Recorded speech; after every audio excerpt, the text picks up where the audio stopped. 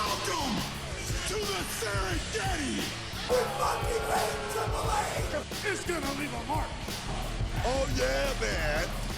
Proceed with caution. It's basic mathematics, man. Shut up, bitch! Give me a fucking mic! Hey, yo. Let's get into it. Let me tell you. Dummy, yeah. Yeah. Dummy, yeah. Yeah. Dummy, yeah. Yeah. Now, I know this review is super duper late. Alright, I apologize. I wasn't planning on being away for so long, but I was chilling. Right? I'm not gonna hold you. I was relaxed. And part of it was because I didn't feel like talking about wrestling. You know, like, I'm just like, I'm good, man. Like, I have my days. Right, like, I don't give a fuck. Like, I haven't been watching Raw and SmackDown, and I'll talk about that more when I do the Saturday Night's commercial review. Alright, but yeah, I was chilling.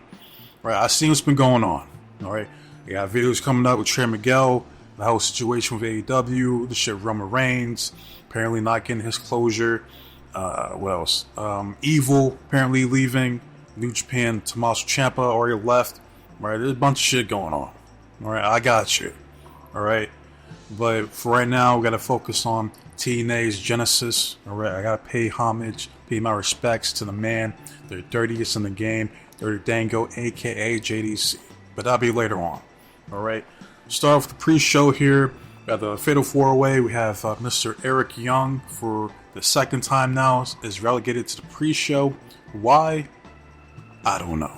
Alright, you got PDE, Mr. Brandon Does Everything. You have Mr. Fuego del Sol, now known as KJ Orso, alright, making his, I guess, return, because he was here in TNA before, but, and then, last but not least, is the reigning, defending, undisputed TNA International Champion, Channing Stocks Lorenzo, alright, decent Fatal 4-Way, alright, it goes just about how you expect. Everybody got their little shine here and there, but fast forward to the finish. EY hits that pile driver onto KJ. KJ sold the fuck out of it.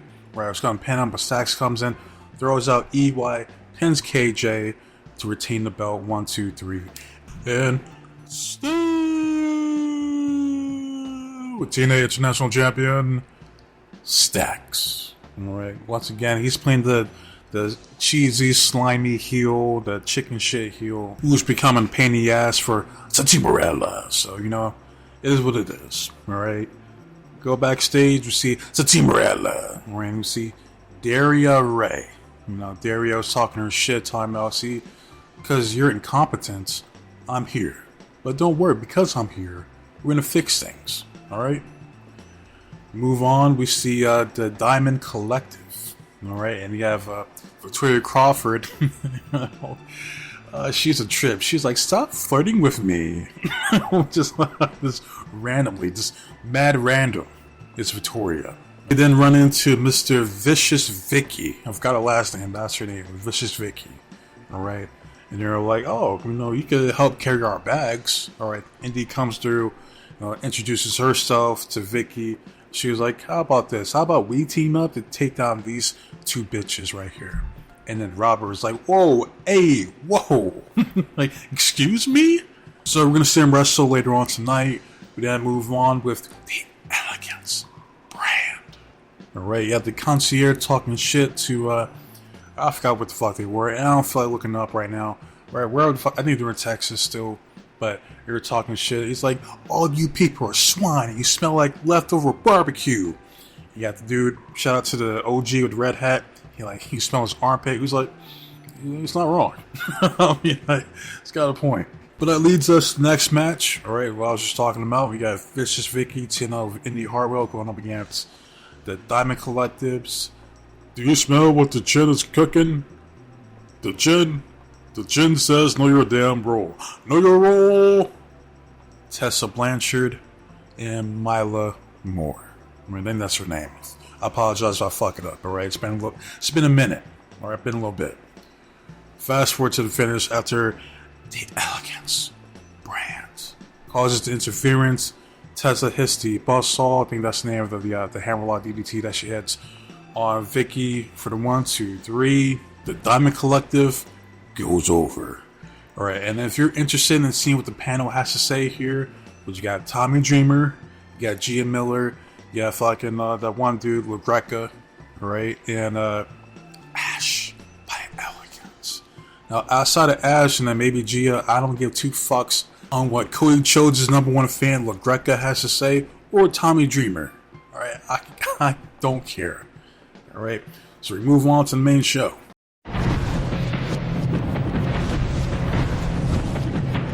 TNA Wrestling. Cross the line. Alright, first match of the night, you have Rich Homie Swan going against Flop Dollar, aka AJ Francis.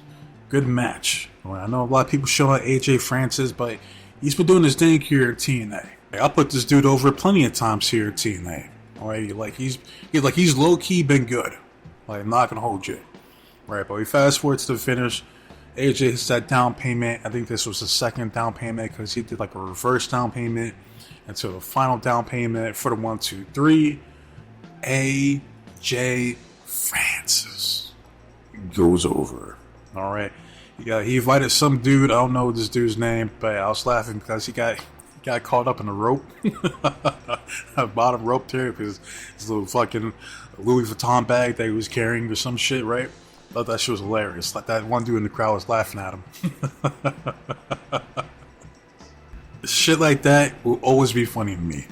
But we go backstage with the reigning, defending, undisputed TNA World Heavyweight Champion, the illest from the Boogie Down Bronx, Mike Santana. Right? Talks his shit, basically talking about how he's going to go out there. He's going to whoop Kazarian's ass one more again. Alright? He's going to still be the TNA World Heavyweight Champion. Basically, this is basic promo. Didn't really say anything out the ordinary. Right? Move on to the next match. We have Elijah versus the greatest president of all time, the #1 heel in 2025, the leader of Order 4. And that is an Ali who we trust, Mustafa Ali. Alright. Fast forward to the finish, we see Tasha Steelz fine self gets involved. Elijah's going to hit that tombstone pile driver, or as he likes to call it, the highwayman's farewell. I think that's what he calls it, right? Tries to hit it, but then we see Ali come out of nowhere and just smashes that fucking guitar across the back of Elijah. And the sound that shit made, the crowd was like, oh. The crowd popped. That fucking sound was loud as fuck. Alright, so Elijah, he's done. Elijah is down. Elijah is down. Ali takes advantage, pins him. 1, 2, 3. Mustafa Ali goes over. And I'm going to try to power through this as fast as I can for you guys because I know I'm behind. Alright, but move on to the next match.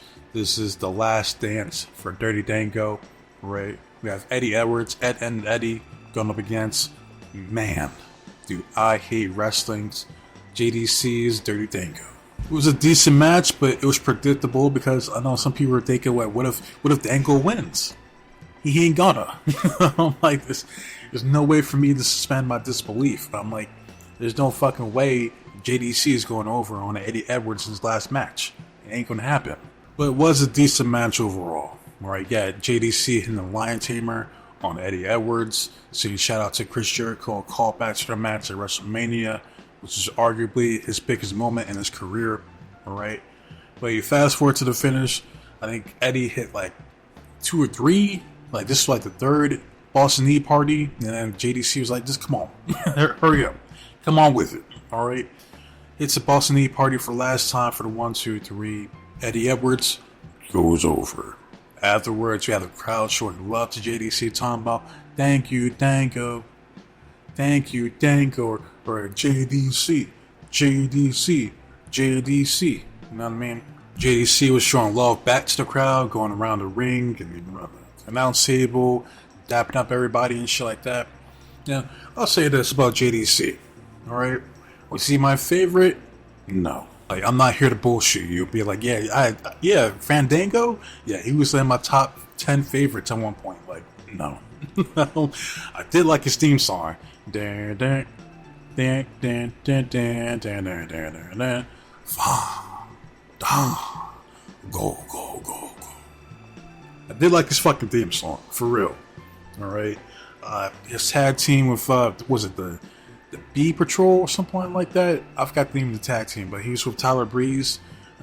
As goofy that was, I thought it was decent. You know what I mean? Yeah, it was a good tag team with Tyler Breeze. When I look at the career overall for JDC, aka Dirty Dango, I look at a man that did alright for himself. You know, I hope he saved his money. He was smart with it, so that way he's not struggling out here like some of the former wrestlers, you know, that fall on hard times, especially in today's economy. But what I will say is thank you. Thank you to Mr. Dirty Dango, aka JDC, aka Go, go, go, go. For your sacrifice. He's been wrestling for over 2 decades. Right? And you have my respect, good sir. I thank you. Big ups to you and whatever it is you decide to do from here on out. Alright, and I seen an episode TNA this week where he got replaced by he goes by the name of Prime, Cedric Alexander, and Bear Bronson are now in the system. JDC and Moose were officially kicked out the system. Alright, which makes sense. JDC is done. Moose has been wrestling like a babyface here for the past few weeks, so it makes sense. Alright, like I don't know how to feel about Bear Bronson. I need to see more from him, and I already know how good Cedric is. Alright, but it's interesting. I'll say that. It's intriguing. And we'll see if this new system is better than the old system. Alright. Move on to the next match. You have Mar Sade versus Nick Nemeth's brother, Ryan Nemeth. Right? It was a decent match for what it was. You know, the intergender match. Right? But you fast forward to the finish. You had Ryan having to cheat against Mar Sade, using the ropes to pin her. 1, 2, 3. Ryan Nemeth goes over. Move on to the next match. That's for the TNA Knockout Championship. You have Zarya from NXT stepping up for Dani Luna, who couldn't make it, unfortunately. It hurts my soul, but hey man, shit happens. But she's going up against the reigning, defending, undisputed TNA Knockout Champion, Ling Lee, her fine self coming through. Right, and this was a good match. This is arguably Zarya's best match that I've seen her have here between NXT and TNA. Well, this match and her match that she had with Blake Monroe, that was good too, but I like this match more. We're gonna fast forward. They do a Brock Eddie spot from No Way Out. And that was back in like 04, I believe. Right, Zarya had Layla Lee up for the F5. Like her feet hit the referee when she executes the F5, and then they had it to where like Zarya was gonna beat Layla Lee. It was like 1, 2, 3, 4, 5. So I'm like, I don't like this. I don't like it one bit. You're telling me Zarya had her number? That's basically what you're telling me, right? But you fast forward to the finish. All right, this after all shenanigans with interference with the Elegance brand and all that shit, right? Layla Lee hits the Warrior's Way, which is basically that spinning face buster that she does. Couldn't really get her up like she normally does, so it looked more like an inverted ankle slam, or Olympic slam, basically. Hits it for the 1, 2, 3, and Stu, TNA Knockout Champion, Layla Lee, as she should be. Alright, Zarya pays her respects afterwards. Then guess who comes through? Cora Jade, aka Elena Black, and making it known like, oh, that belt's coming home with me. Like, no, it ain't. No, it's not. Alright? Like, I'll be fucking pissed if she gets that belt before Dani Luna. That's some fucking bullshit. Alright? You're not gonna tell me fucking Elena Black is better than Dani Luna. Get the fuck out of here with that. Alright? I ain't trying to hear or entertain that notion. But we move on to the next match. That's for the tag team titles. Right? We have the we'll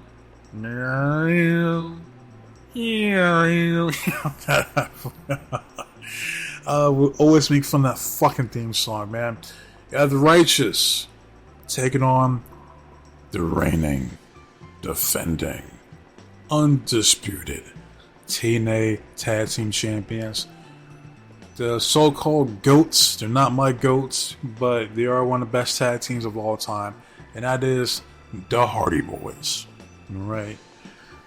Can't really get into the match, I'm not going to hold you. The only thing I cared about was the Hardys winning, and that's exactly what happened. We fast forward to the finish.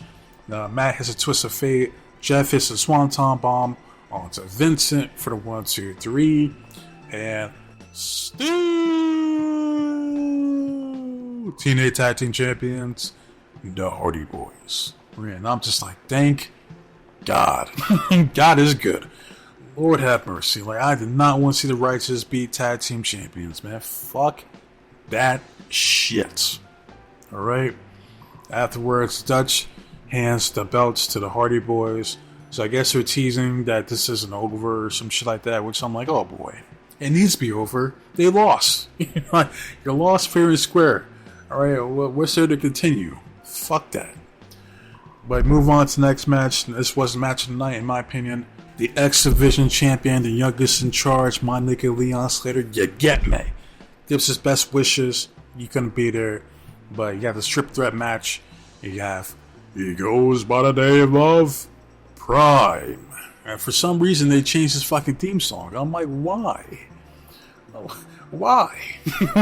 Why they do that? Maybe I'll take some time out to actually listen to it, but I ain't feeling it so far. I'm like, it's like this is one thing, man. It's like when it comes to wrestlers, like they had to have a good fucking theme song.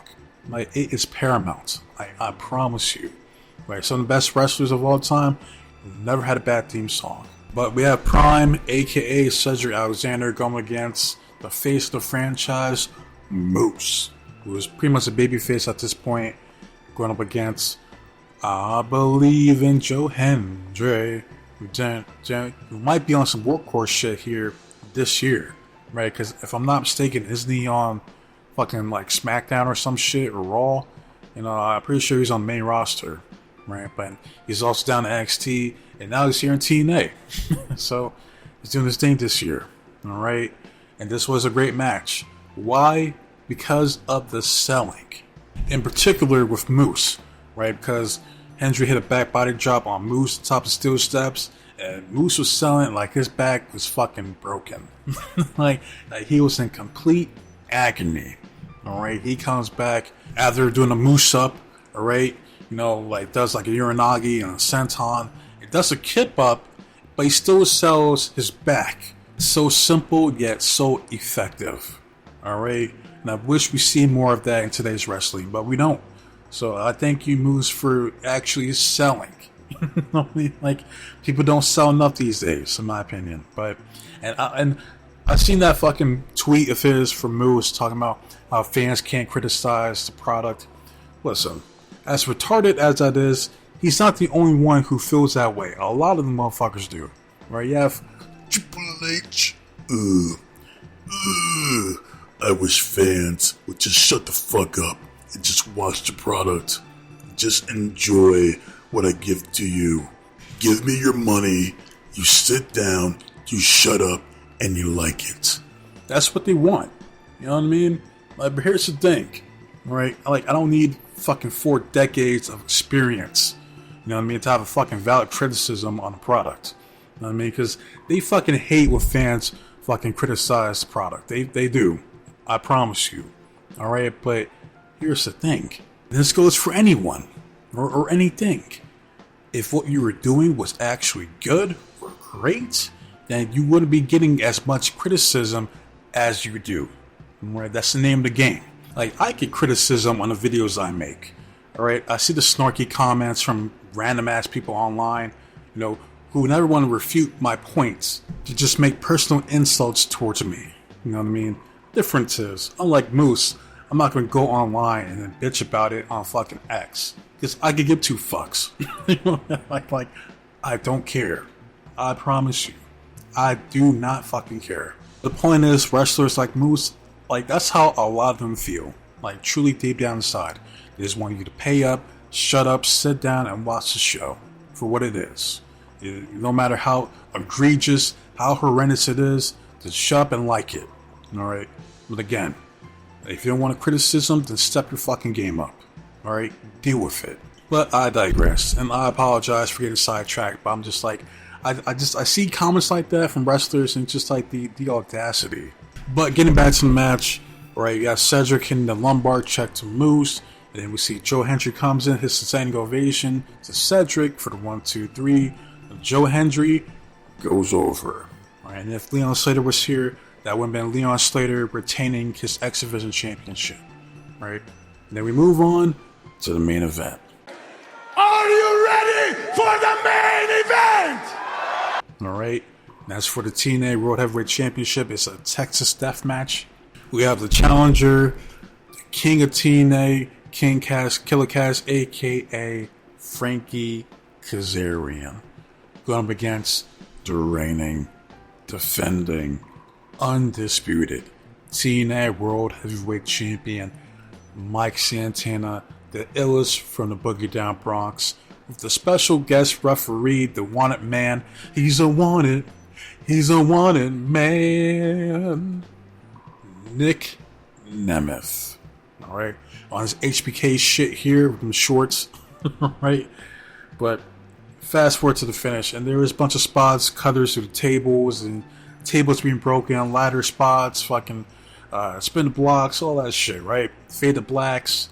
But you're gonna fast forward to the finish. Santana takes a page out of Hangman's playbook, does barbed wire around his fucking arm, hits the spin the block to Frankie Kazarian, lays his ass out. Frankie could not get up before the 10 count. So the winner, and still TNA World Heavyweight Champion, Mike Santana. Right afterwards, you see Nick Nemeth hits the danger zone. Yeah. Alright.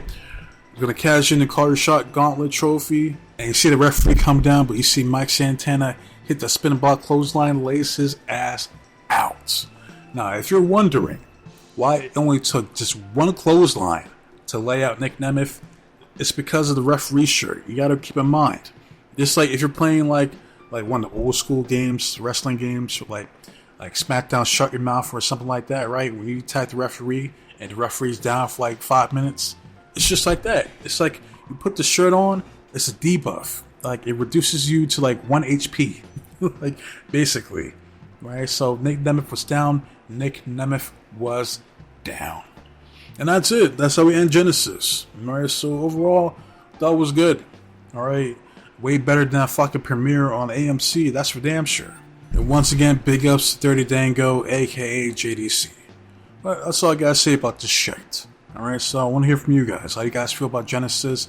If you even care still, because I know it's late, but I always want to hear from you guys. That's the whole fucking reason I do these videos, is to hear from you guys. Right? Get your feedback. You know what I mean? But for now, wish stuff for guys' time. So with that said, be safe, be blessed, take care of yourself, protect your yours, loved ones, stay warm, stay dry, stay frosty. But most importantly, trust in God. God be with you. I'm out of here. Till next time. Adios.